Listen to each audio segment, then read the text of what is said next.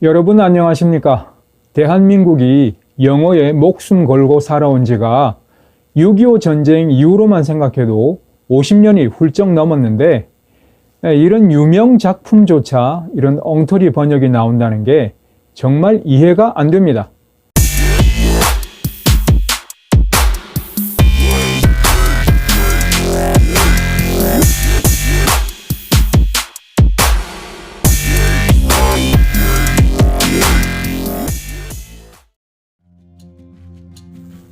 여러분, 대부라는 작품은 영화로도 제작되어 가지고 전 세계적으로 대박을 터뜨린 명작 중의 명작이죠. 그런데 제가 이 번역본을 읽다가 보니까 정말 어이없는 번역이 있어서 얘기를 안 할 수가 없습니다. 제1부 11장을 읽다 보니까 좀 길지만 읽어보겠습니다. 마이클은 클레멘자와 시간을 보내며 그에게 맞춘 권총을 가지고 사격 연습을 했다. 끝이 매끄러운 실탄 22발을 장전할 수 있으며 사람 몸에 박힌 총알을 꺼내면 커다란 구멍이 생기는 총이었다. 표적으로부터 5발자국쯤 떨어져서 총을 쏘면 가장 정확하며 그 거리를 넘으면 총알이 제멋대로 발사될 수 있다는 것을 그는 알았다. 방아쇠는 마이클의 손가락에 딱 맞았지만 클레멘자는 도구를 이용해 더욱 쉽게 당길 수 있게 약간 넓혀주었다. 총성은 신경 쓰지 않기로 했다. 총성이 크게 울릴수록 오히려 사람들은 마이클 주위로 감히 다가가지 못할 것이다. 다만 상황을 이해하지 못하는 순진한 구경꾼이나 의협심에 불타서 회방 놓을 사람이 없기를 바랐다. 아무래도 이상해서 제가 원문을 한번 봤습니다.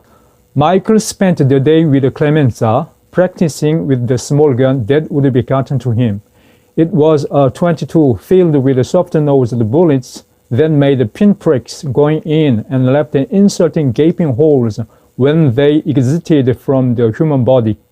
He found that it was accurate up to 5 of his steps away from a target. After that, the bullets might go anywhere. The trigger was tight, but Clemenza worked on this with some tools so that it pulled easier. They decided to leave it noisy. They didn't want an innocent bystander misunderstanding the situation and interfering out of ignorant courage. The report of the gun would keep them away from Michael. 그에게 맞춘 권총을 가지고 라는 얘기가 있는데 권총을 사람 손에 맞춥니까? 그 다음에 끝이 매끄러운 실탄 22발을 장전할 수 있다. 22발 들어가는 권총은요, 극히 최근에 개발되었습니다. 그리고 원문을 보면 전혀 딴 말을 하고 있어요. The small gun that would be gotten to him. 이게 어떻게 이 사람한테, 마이클한테 맞춘 총입니까?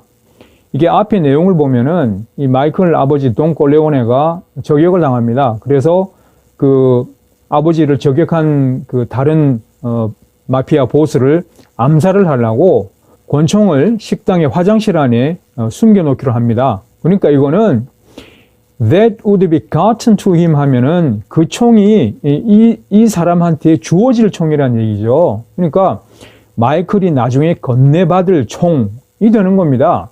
그 다음에 22 filled with soft-nosed bullet. 이게 어떻게 22발입니까? 앞에 포인트가 하나 있지 않습니까? 포인트 22 하면은 22구경 5.6mm 권총탄이란 얘기입니다. 그리고 soft-nosed bullet, 그거는 끝이 매끄러운 실탄이 아니고 그 탄두, 총알이 있지 않습니까? 그 앞에 납이 노출되어 있는 끝이 무른 탄환이에요. 그게 사람 몸에 들어가면은 그 앞이 버섯처럼 변형이 되면서 나중에 몸에서 빠져나올 때는 큰 구멍, 뻥 뚫린다는 얘기거든요. 이게 무슨 사람 몸에 박힌 총알을 꺼내면 커다란 구멍이 생기는 겁니까? 이 말이 안 되잖아요. 네? 그 다음에 표적으로부터 5발까지는 정확하지만 그 거리를 넘으면 총알이 제멋대로 발사될 수 있다. 뭐 뜻은 대충 통합니다만 이게 뭐냐면 총알을 내가 발사를 해도 5발자국을 넘어가면 어디로 향할지 모른다는 소리죠. 이게 어떻게 총알이 내가 방아쇠를 당기지도 않는데 지 맘대로 발사된다는 얘기입니까? 말이 아니죠. 그 다음에 방아쇠는 마이클의 손에 딱 맞았지만, 아니, 아까 그에게 맞춘 권총이라 해놓고서 요 손가락에 딱 맞았지만 약간 넓혀준다, 더 쉽게 당길 수 있게. 얘 원문을 보면 참 The trigger was tight.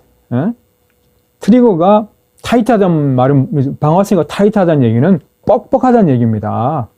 그래서 Clemenza worked on this with some tools so that it pulled easier. 방아쇠가 너무 뻑뻑하니까 어떻게 좀 손을 봐서 쉽게 부드럽게 당길 수 있게 해줬다는 얘기지. 이걸 약간 넓혀준다는 게 뭘 넓혀준다는 얘기예요. 말도 안 되는 소리야. 그 다음에 총성은 신경 쓰지 않기로 했다. 뭔 말이죠? 총성이 크게 울릴수록 마이클 주위로 다가가지 못한다. 상황을 이해하지 못하는 순진한 구경꾼이나 의협심에 불타서 회방 놓을 사람이 없기를. They decided to leave it noisy. 그 총은 그냥 시끄럽게 내버려 둔다. 이게 뭔 말이냐면은 소음기는 달지 않기로 했다는 얘기입니다. 총성은 그냥 두기로 했다. They didn't want an innocent bystander. innocent bystander가 보자. 순진한 구경꾼? 무고한 구경꾼, 무고한 행인, 이게 무슨 순진한 거고 무고한 거고 무슨 상관이 있습니까? 그 다음에 의협심에 불타서 회방을 놓다. 이게 의협심이 아니고 ignorant courage, interfering out of ignorant courage. 상황을 모르니까 못 모르고 공연히 용기를 내어서 끼어들기를 바라지 않는다는 거지. 뭔 회방을 놔요? 누가 회방을 놔? 그 다음에 the report of the gun would keep them away from Michael. 이건 또 맨 이 끝에 문장 두 개는 순서를 바꾸어서 번역을 했네요. 그죠? 보면 총성이 크게 울릴수록 오히려 사람들은 마이클 주위로 감히 다가가지 못할 것이다. 말 뜻은 대강 이해가 되지만 원문을 보자고요. The report of the gun. 그 리포트가 뭡니까? 보고 알려주는 거죠. 총소리는 그냥 두기로 했다. 소음기 안 달기로 했다. 응? 총소리가 나서 총이 있다는 걸 알면 사람들이 마이클에게 다가서지 않을 테니까. 그래서 끼어드는 사람이 없을 거 아닙니까? 근데 이걸 지금 보면 무슨 매끄러운 실탄 22발을 장전한다. 사람 몸에서 총알을 꺼내면은 커다란 구멍이 생긴다. 무슨 방아쇠는 손가락에 딱 맞았지만은 약간 넓혀졌다. 이 택도 없는 소리를 하고 있죠. 근데 제가 다시 문장을 썼습니다. 마이클은 클레멘자와 함께 자기가 건네받을 작은 총을 쏘는 연습을 하며 그날을 보냈다. 그 총은 끝이 무른 22 구경 탄원을 썼는데 사람 몸에 박힐 때는 작은 자국을 내지만 빠져나올 때는 사람을 모욕하는 듯 뻥 뚫린 구멍을 내는 총알이었다. 마이클은 표적에서 자기 발걸음으로 5발자국 떨어진 거리까지는 정확히 맞출 수 있음을 알아냈다. 그 거리를 넘어서면 총알이 어디로 튈지 몰랐다. 방아쇠가 뻑뻑했는데 클레멘자가 무슨 공구로 손을 봐서 좀 더 편하게 당길 수 있었다. 총성은 그냥 두기로 했다. 소음기는 달지 않기로 했다. 무고한 구경꾼이 무슨 상황인지 모르면서 무작정 용기를 내어 끼어드는 건 원하지 않았다. 총이 있다는 걸 알면 마이클에게 다가서는 사람은 없을 것이다. 이게 맞지 않습니까? 이 대부 이 번역본 2004년도에 9,500원이었어요. 이런 번역을 10,000원씩이나 주고 산다면 글쎄요. 그 다음 소설은 댄 브라운의 천사와 악마입니다. 이 다빈치 코드로 아주 전 세계적으로 히트친 사람이죠. 그리고 이 천사와 악마도 영화로 만들어져 가지고 꽤 흥행에 성공한 걸로 알고 있습니다. 그런데 여기도 번역이 진짜 이상해요. 우선 등장인물들의 이름을 한번 봅시다. 로버트 랭던, 레오나르도 베트라, 비토리아 베트라, 카를로 벤트레스카, 사베리오 모르타티, 여기까지는 괜찮은데 올리베티 사령관, 커맨더 올리베티, 이 스위스 근위병의 지휘관이다 이렇게 되어 있습니다. 근데 자꾸 커맨더 하면은 한국 영어 사전을 보고 그냥 기계적으로 사령관이라고 번역을 하는데, 이게 사령관이라는 게 사실은 일본식 용어죠. 명령을 내리는 사람, 명령을 바라는 사람. 그러니까 스위스 근위대의 최고 지휘관이면은 근위대장이라고 하면 되죠. 무슨 올리베티 근위대장이지 무슨 올리베티 사령관입니까? 이게 아주 어색한 번역이죠. 두 번째, 로체 대위, 캡틴 로체라고 해놨는데, 스위스는 공용어가 3개죠. 첫째가 제일 많이 쓰는 게 독일어, 두 번째가 불어, 세 번째가 이탈리아어입니다. 그러니까 로체라는 이름 보세요. ROCHER. 이거는 가장 대표적인 전형적인 프랑스식 이름입니다.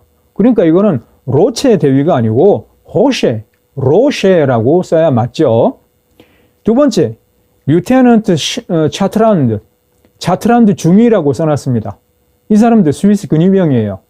근데 차트란드 또한 전형적인 프랑스식 이름이에요. 그러니까 차트란드 중위가 아니고 샤르트랑 중위가 맞습니다. 그 다음에 스페인 바르셀로나에서 온 추기경 이름을 보십시오. 가이드라 추기경이라고 되어 있죠. 그 철자를 보면은 GUIDERA라고 되어 있습니다. 스페인어로 이거 절대 가이드라는 발음이 나올 수가 없어요. 이거 영어 가이드로 읽은 거죠. 스페인어에 이런 이름이 있는지 없는지 모르지만 스페인어식으로 읽으면 기데라라고 해야 돼요. 기데라. 그 다음에 바치아 추기경, 이탈리아 밀라노에서 온 추기경, 교황 후보 중에 한 사람인데 BAGGIA, 이게 어떻게 바치아로 발음이 나죠? 제 기억에 옛날에 로베르토 바조라고 이탈리아 유명한 꽁지머리 축구 선수가 있었습니다. 그 사람 이름이 아마 BAGGIO일 거예요. 바조.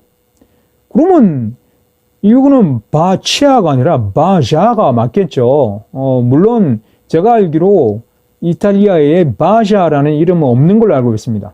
어쨌든 바치아는 아니죠. 그 다음에 실비 바우델로크, 실비라는 이름 자체가 대표적인 불어권 이름이고요. 그리고 이 사람도 스위스 사람이고, 그러면 이름이 바우델로크가 아니라 보들로크가 돼야 맞죠. 실비 보들로크. 이런 사람 이름이야 번역가가 불어도 모르고 독어도 모르고 스페인어도 모르고 그러면 그럴 수 있다고 칩시다. 피에트로가 반석이다. 신에 대한 피에트로의 믿음이 하도 확고해서 예수는 피에트로가 뭡니까? 베드로지. 이 사람은 성경도 한번 안 읽어봤나 봐요. 베드로야, 개파야, 너를 베드로라 하겠다. 그걸 어떻게 피에트로라고 합니까? 그 다음에 초기 기독교인은 피에트로의 무덤 위에 작은 성소를 지었고 기독교가 확장하자. 기독이란 말은 원래 그리스도라는 중국어 음차죠. 근데 한국에서는 기독교 하면은 그리스도교 중에서도 가톨릭을 배제하고 가톨릭으로부터 따로 갈라져 나온 신교, 개신교, 프로테스탄트만을 말합니다. 그러니까 지금 여기 교황청에서 일어나는 사건인데 그걸 기독교라고 하면 안 되죠. 차라리 천주교를 하든지 가톨릭이라고 하든지. 이 사람은 이 종교에 관한 이해가 전혀 없이 그냥 번역을 했습니다. 그리고 원래 번역할 때는 각 종교 특유의 그 용어 같은 거는 그대로 살려주는 게 기본입니다.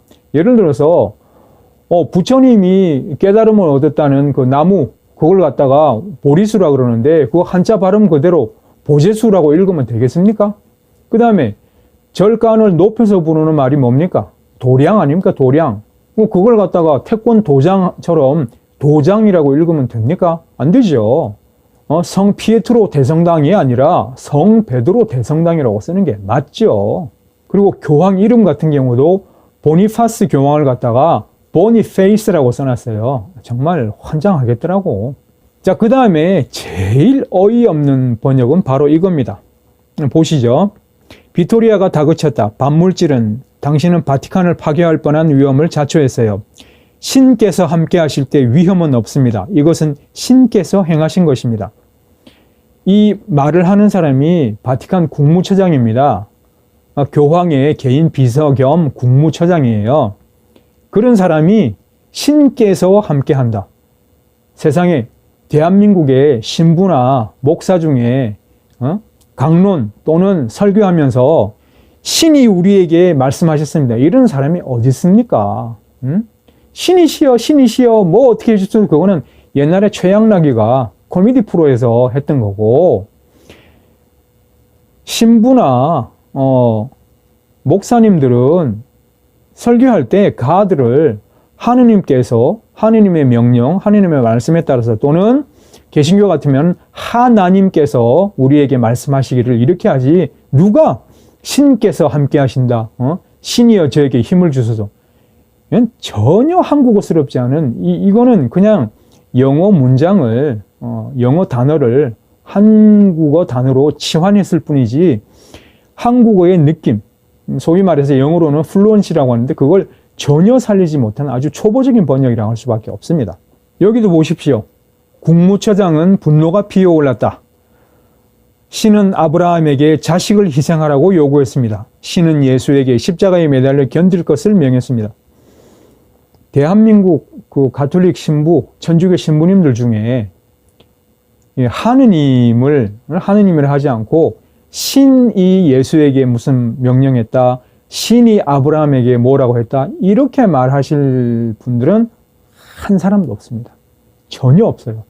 그러니까 이거는 번역이 아닙니다. 그냥 영어 단어를 한국어 단어로 치환했을 뿐이지 이건 번역이랑 할 수가 없는 거예요. 그나마 이 사람의 그 번역은 앞에 대부처럼 황당한 그런 대목은 없습니다. 뭐 문장 자체는 잘 읽혀요. 물론 그 영어 원문하고 비교를 해보면 한국어 그 번역이 너무 좀 그 간략화됐다고 할까?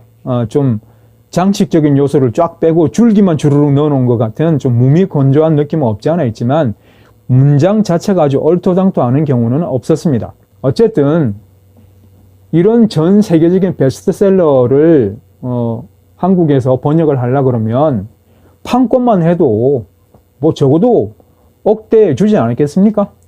그리고 이런 번역가들도 적어도 뭐 번역비 1,000만 원 이상은 받았겠죠. 그런데 이런 정도의 번역을 한다는 것은 그야말로 프로페셔널리즘이 결여된 것이 아닌가 이렇게 생각이 됩니다. 물론 꽁 잡는 게 매라고 저하고 이런 번역가들의 차이점은 분명히 있습니다.